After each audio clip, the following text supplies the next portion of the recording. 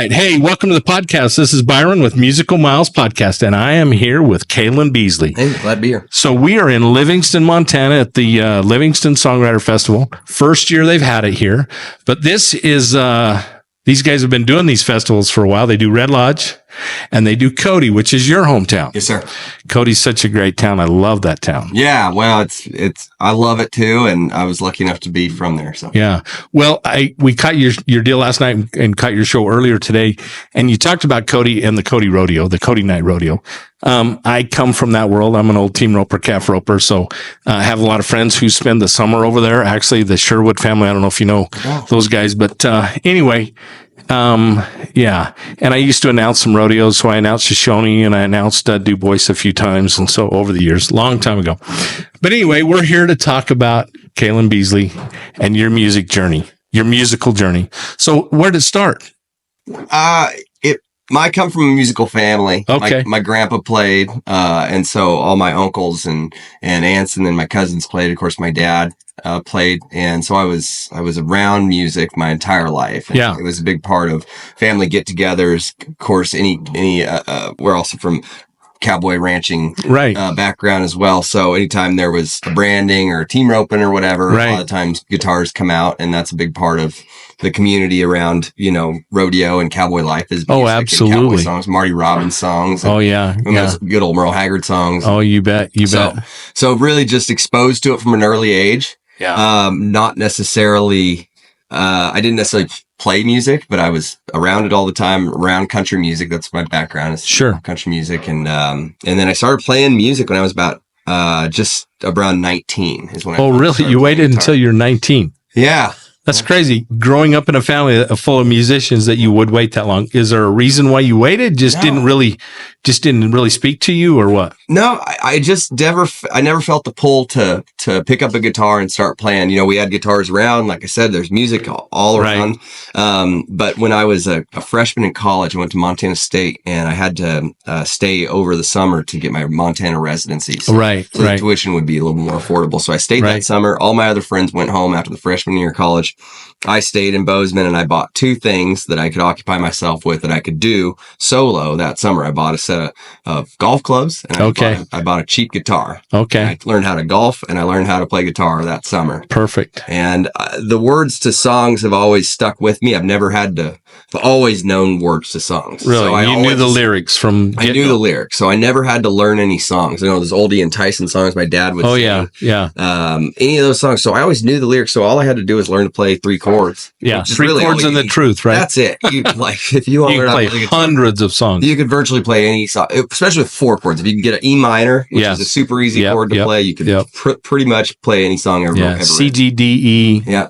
E minor or A minor. Yeah. C, G, D, E minor. You need a sixth there. Yeah. And you can do it. Crazy. Even I can, and it sounds terrible, but I can play some songs. So. Yeah. It just takes time. And that's what I tell anybody that's learning how to play the instrument. If you give it, an honest 10 minutes every day for a month, you astound yourself at what you can. Well, I've been doing it since December, an hour to 2 hours a day, and I'm still terrible, but I'm old, right? So you're a lot further than you were than when you started out, yeah. Sure. And I started 50 years ago, and I still have my original guitar from that my mom bought me back in 1974 or 5, somewhere in there, and in old Yamaha, but part of the problem was I really struggled to keep the damn thing in tune, right? And I'm about half tone deaf, so. Now there's no excuse, right? You pick up your phone and you click on the app and you can tune a guitar that fast. Everybody always asks me, is this thing in tune? And I said, well, I played it last, so it's probably not, but we can, I usually tune it with my phone. So, and then the apps Ultima Guitar, they need to be sponsoring this podcast because I mention them a lot. Great one. Yeah. And Fender has a really good free app. There's like 100 free apps on there. And I have a couple of Fender guitars now. So now I was a big gun guy for years, and now I'm fast becoming a guitar guy. Oh, really? So I just shared a story earlier with somebody, one of the guys I interviewed today. But I went to a hotel, stayed in a hotel, the Elizabeth Hotel in Fort Collins, Colorado, and they're a musically themed hotel. And they have turntables in every hotel room, and they have vinyl all over the hotel. So you just pick a couple of vinyl, take it to the room and play. But they also have a glass case full of guitars. Cool. Martins. And anyway, I got to I got to keep it in the room for 3 days. A 1950 J45. Oh, they'll let you play them? Yeah, I got to sign it out, but take it to the room. Had it in the room for 3 days. What year was it? 1950. And I knew I was never going to get that chance to ever play one of those again. So that was my opportunity, and I took advantage of it. So cool. Anyway, and one of my favorite pictures, my wife took a picture of me playing it in the hotel room, and it'll probably be on my funeral announcement. I would hope. Did you get a song out of it? No, I can't write. I mean, I play a little bit. I was playing in the lobby when I picked it up first before I was waiting for him to get the form out, and I was playing a Hotel California, which I'm in anyway. And this guy walks up, he goes, "Did I hear Hotel California?" I said, "I'm not as bad as I thought I was." It was recognized by somebody else. Yeah, somebody else besides my wife going, "Oh yeah, I know that song." I kind of hear it. Yeah, a little bit. yeah. So, but anyway, So let's talk a little more. So you've been musical family. You picked up a guitar in college, went to Montana State in Bozeman. Cool. Yeah. And then what? Well, I wasn't taking guitar super seriously. I was just playing at like college parties. I rodeoed in college. So what'd you do? I rode saddle bronc horses. Saddle bronc horses. Yeah. Okay.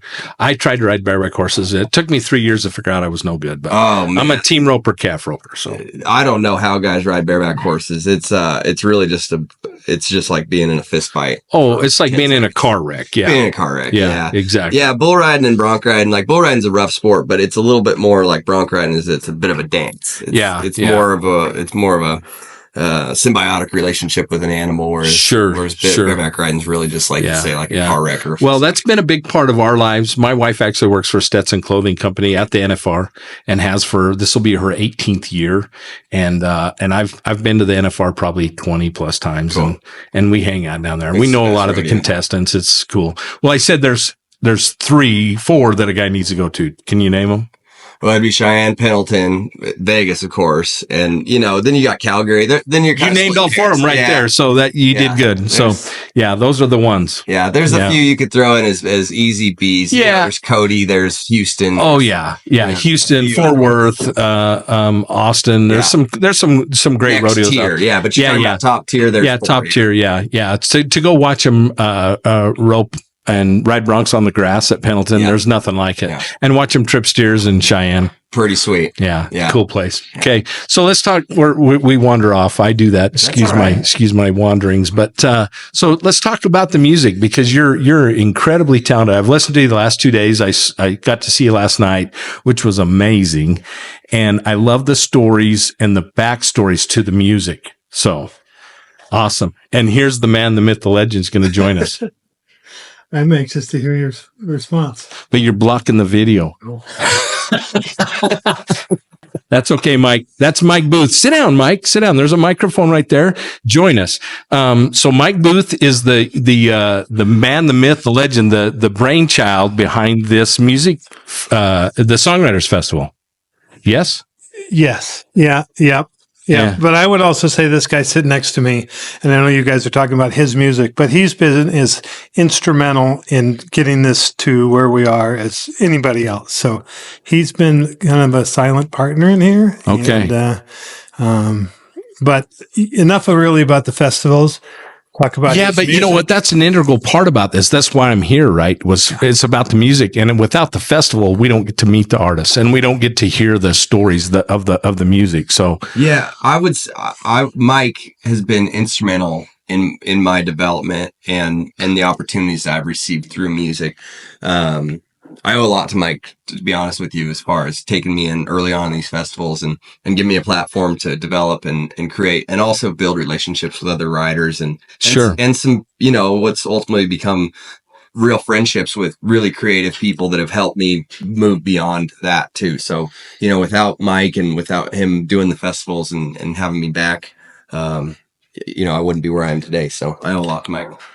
One of the things that we try to do, and I think I said it from one of the introductions today,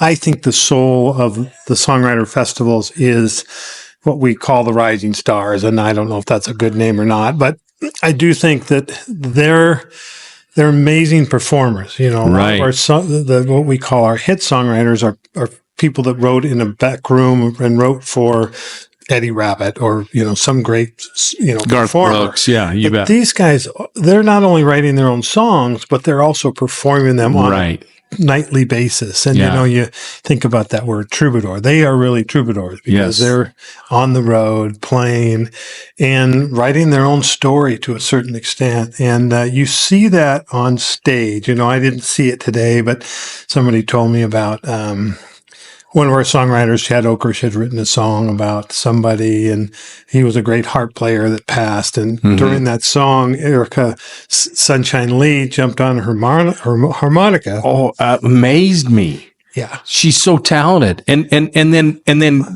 she did the same thing for Jess Jacoy in a song. And Jess looked over at the end of the song and said, "I didn't know that needed a harmonica in it, but it did." And it was.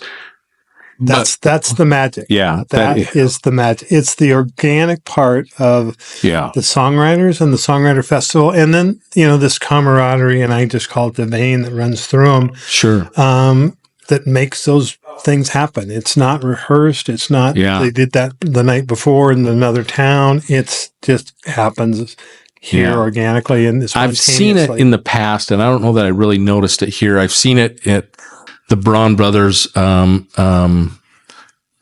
Hillier. I don't know if you guys know Matt, incredibly talented singer-songwriter from Texas, but he was playing with, George DeVore and, Tyler, Ketchum. And I'm trying to remember who else was on the stage. Oh, Django Walker. And this is a couple years ago at the BBR, but Matt just, whatever they played, right? Because they do like you do. They do it. It's Django and friends, and they invite these 4 guys, and they sit up there and they all take turns singing a song. But Matt plays on everybody's song when everybody's playing. And I talked to Tyler Ketchum about that. I said, "Tyler," and he goes, I'm just not that comfortable to jump in and do that. And I've seen Jack Nelson do it and a few other guys but it's so incredible. And because just the vibe, right? And the musicianship. And that's what I love about this. So what I loved last night was how incredibly talented all of you are on your instrument. Yeah. Wow. Yeah. Thank you. Yeah. And that's really true. And part of that too is that as I look, for people to bring on new people, because they're going to play with Kalyn. Yeah. So they can't suck. No, because he's really good. So they got to be, complimentary, or in many ways challenge Kalyn to elevate his game. Sure. To say, someone made that comment to me today because we talked about you, and they said that they've seen a huge improvement in your guitar playing just in the last few years. Cool. Which is obviously, if you're going to be an artist and you're going to play, you're going to get better. For sure. Even I'm going to get better someday. Yeah. I hope. So, but no, cool. Hey, I'm going to go back. Hey, thanks for jumping in with us. Myth or the whatever it was. But I appreciate you being here and taking an interest in the songwriters, because they're really it's cool. Happen. Thank you for your time. Hey, thank you. All right. Okay. All right. Well, back to Kalyn real quick. He's got dinner planned, so they're over there ordering him a big juicy steak. So, right? Oh yeah, steaks always on the menu. Steaks always on the menu. Yeah, you're a ranch guy from Wyoming. You better eat a lot of beef. Steak's always what I like for sure. Yeah, perfect. Yeah. Well, you come from a cool town. I love the town. I love the museum over there. I love the vibe of Cody. It's such a cool place. I need to come again more. Took my kid there, my youngest, when he was pretty young, and he said, "Dad, we got to go back to that museum." He's an adult. He's 24 years old, but anyway, we love Cody. So yeah, Cody's just a town that's always fostered entertainers and artists. I mean, if you think about how Cody was founded, it's founded by one of the greatest entertainers of all time. Absolutely. Right? So Buffalo Bill Cody was the man. He was the man. He's still, the guy was so famous in his day that he's still famous 100 years after his death. Absolutely. And that speaks to his fame and influence on bringing the Western culture to the world. Right. Talk about the Wild West show, taking, Native Americans, taking the Wild West show, taking these exotic American animals all over the world, and showing people, what he saw as the end of an era and trying to showcase it for the world. Well, yeah, because he wanted to do it before it was gone. Yeah. And thank goodness he did. Yeah.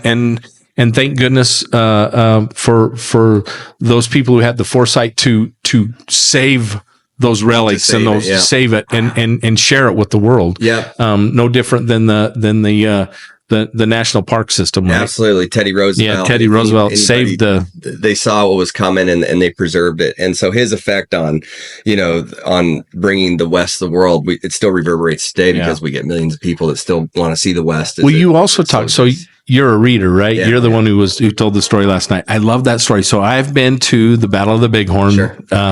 I did not know that story about there was a survivor at the Battle of the Bighorn, but it was a horse. Yeah. And then you sang a song, and that was such a great song. What's the song called? The song's called Hell on Women and Horses. Hell on Women and Horses. I love that. Yeah. Yeah. What a great song. And the West was hell on women and horses. Yeah. And that's really funny because we have a bookstore, right? That's where I'll draw a lot of my inspiration. And there's a book. Most of our books sit spine out. So you really, books get lost sometimes because they sit spine out, but there's a Western nonfiction section that's right up front. And it's a section that I take a lot of interest in because that's where a lot of my interest lies is in Western nonfiction. Yeah. And there's a book with that title. It's called Hell on Women and Horses.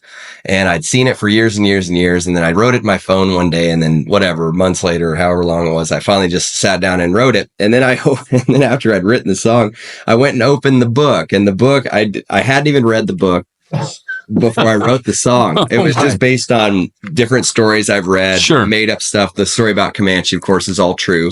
But the other two ends of the song are just kind of made up of a bunch of different experiences I'd read. But what she'd talked about in the foreword of the book in reference to that title was that in her view, and all the women she interviewed for the book, because the book was essentially just a collection of stories from ranch women from like the 30s, 40s, and 50s. Right. And what their experiences were like being on the frontier. Sure. And she said that notion of hell on women and horses, not one of those women agreed with that statement. That statement was probably manufactured by a man about what a woman's experience was on the range, Of course, we don't know. We can all assume that it was hell on the horses, but it had to be hell on the women. I mean, I don't care who you are; those women worked their guts out. I come from pioneer stock, and I watched even my mother and my grandma. They cooked for the hay crews, and they worked their butts off, and took care of the kids and did all the and they didn't get much recognition for it. So, absolutely. So, and I think when I reference that statement, I think more about the pioneer women, like women of 1830s and 40s, Oregon Trail women, because you had things like cholera. You obviously had violent attacks from tribes and encounters with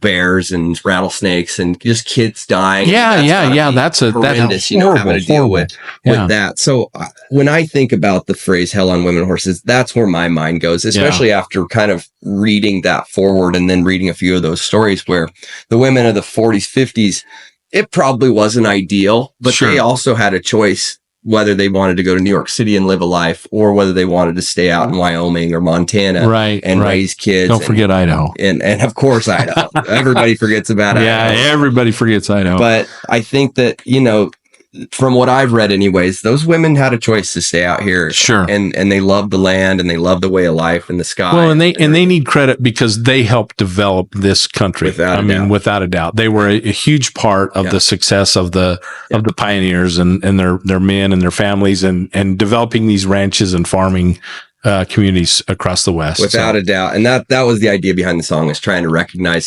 some sort of unsung heroes of the West. I don't know that they get enough recognition for that. That's cool.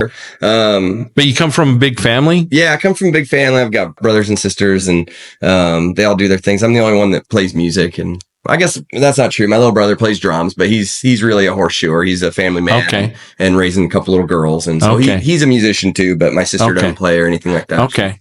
She's a leather worker and a mom. And so music around, but it didn't stick with anybody but you. It seems like, I think that the songwriter thing, like you talk about the bronze, like that's a pretty unique situation to have 4 brothers that all get that into all music, play, and they're all pretty dang good, right? You've got guys that all write, all play, and I think that the music bug, because it's so hard to pursue it as a career, you really have to want it. Well, and I interviewed Muzzy not 2 or 3 weeks ago, and I've asked everyone who knows the family, and I know Mickey and Gary a little bit. I hired them a few years ago during COVID when no one is touring, and they came and did a private unplugged show for me and 60 friends, and it was so cool. But I wanted to know, and I just point blank said to Muzzy, how do you raise 4 kids? But you got to realize the circumstances that they were raised under, right?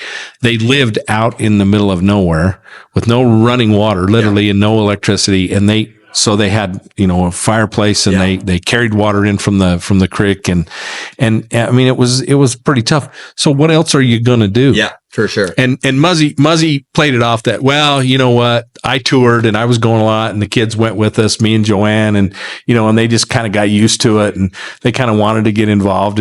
But I look at that and go, okay, there's got to be more to the story that Muzzy's not sharing. But very interesting family and very talented, just extremely talented across the board. I was in a band with a guy who grew up on a ranch in Montana, and he was a really good fit.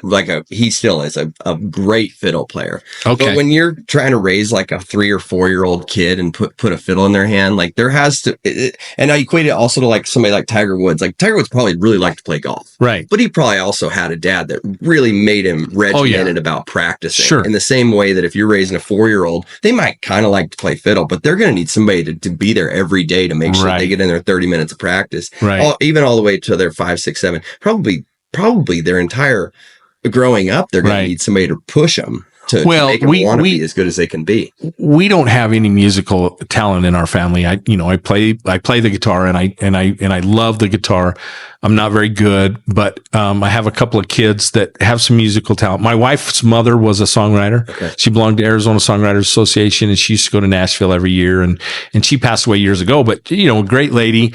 But my wife, between the two of us, we don't have enough musical talent to fill a thimble, right? Sure. And so, but I have some kids that have some natural ability, but they don't really pursue it. Yeah. And I, we talked a little bit about the rodeo deal. I rode cutting horses for years, and I worked for a couple of pretty big name, prominent cutting horse trainers, and they had kids that had no interest in the horse deal. Now, I would have killed for that. Mm-hmm. Same with music, right? Mm-hmm. I wish I had some musical talent, right?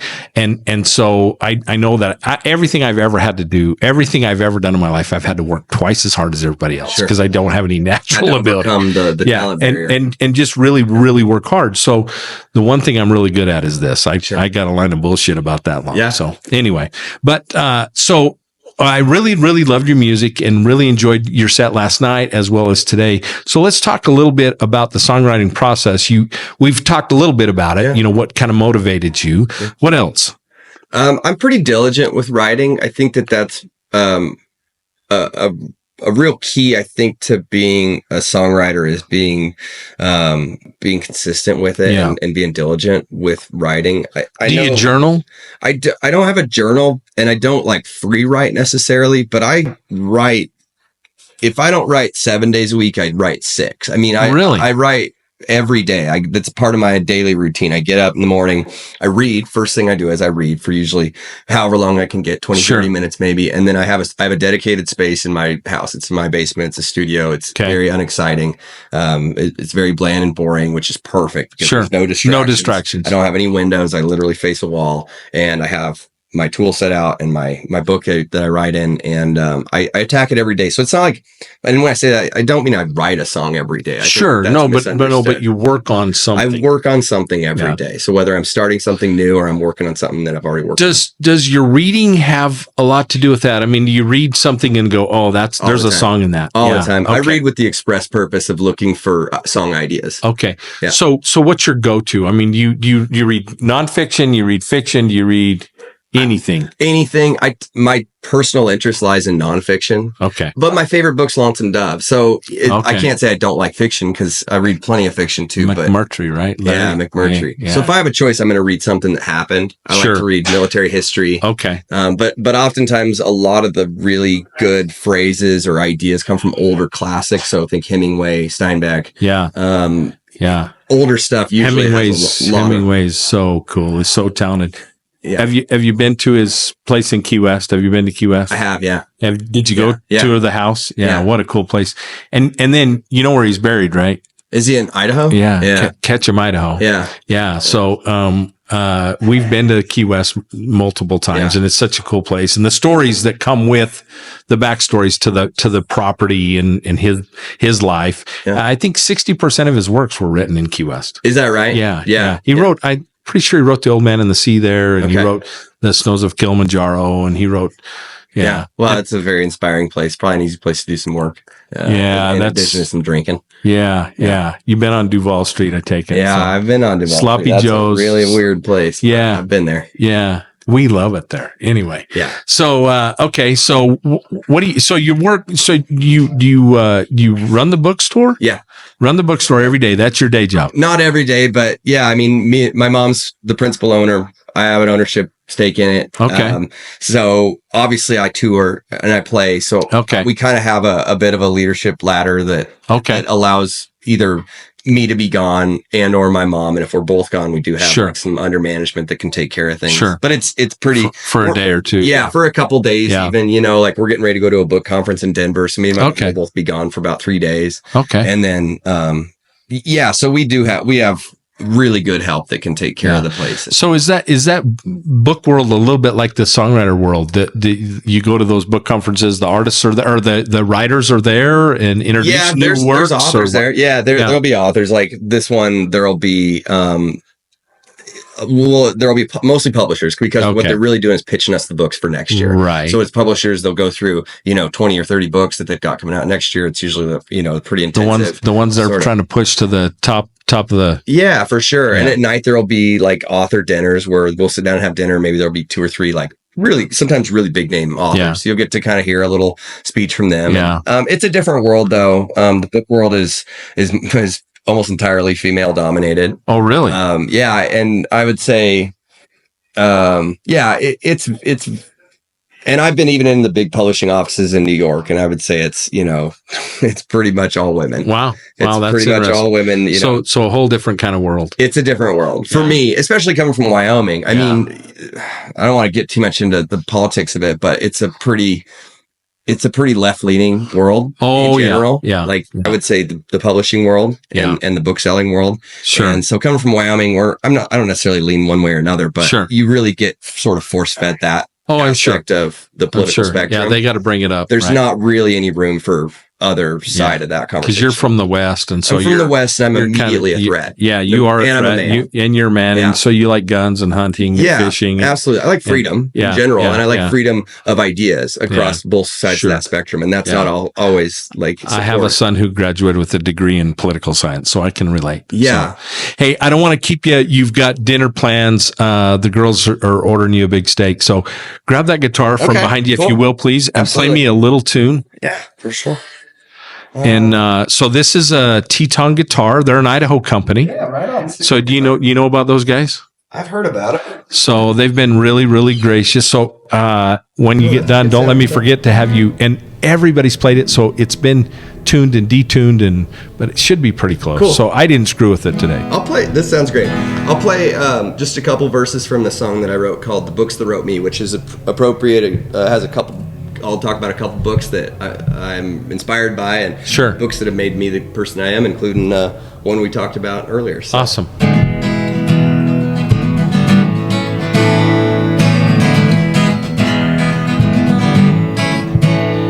They were words on a page that had seen better days, but the things it said don't go out of style. A warning that's profound, seen and then put down by a Russian with a Yankee name.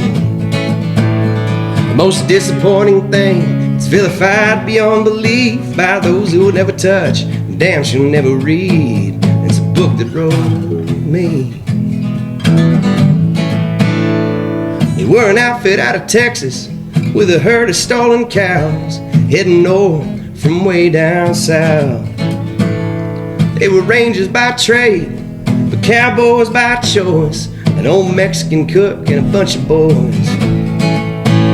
They were brave and they were fair, though danger was everywhere. The Great Western by old McMurtry. Oh, and it's a book that wrote. Oh. That's great. Yeah, thank you very much. Thank you so much. Thank you so much. Well, listen, I appreciate you. So here, throw your autograph on there for me if you would, please. And we just love this. This whole festival deal's been such a cool experience, and I'm so looking forward to next year coming to Cody